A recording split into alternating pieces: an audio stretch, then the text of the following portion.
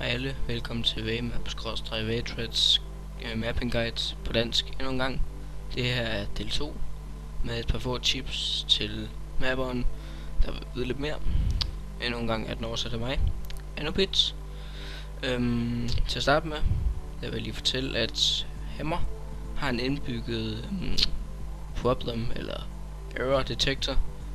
Det er når man eller kommer ind på ved at trykke Alt plus P. Til at starte med vil der altid være en fejl, som er there is no player start, altså der er ikke noget player eller spiller start, eller hvad nu oversat det. Det er egentlig ikke en fejl, eller jo det er det, men den gør ikke noget. Men for at fikse den, der skal man blot indsætte et info player start entity, altså pæren inde i dit map, uanset hvor det er, for den gør ikke noget som sagt, så du kan bare stille den hvor end du vil have den. Og derefter trykker enter. Og så skulle der helst ikke være nogen fejl. En anden god idé her er, at man bruger textures, der er model, prop eller dev i sit navn, som brushes, altså som ens platform, som man bruger.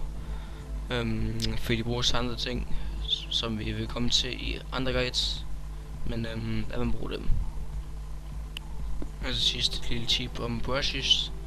Brushes behøver ikke gå ind over hinanden og omskære hinanden, så de går på tværs op. De kan nøjes med bare blot at røre på hjørnet, hvilket jeg ikke selv vil anbefale. Det er jeg helst selv ser, at de rører. Men det er op til den enkelte, hvordan de helst vil gøre. Tak for den gang. Det var en hurtig lille guide med et par gode råd.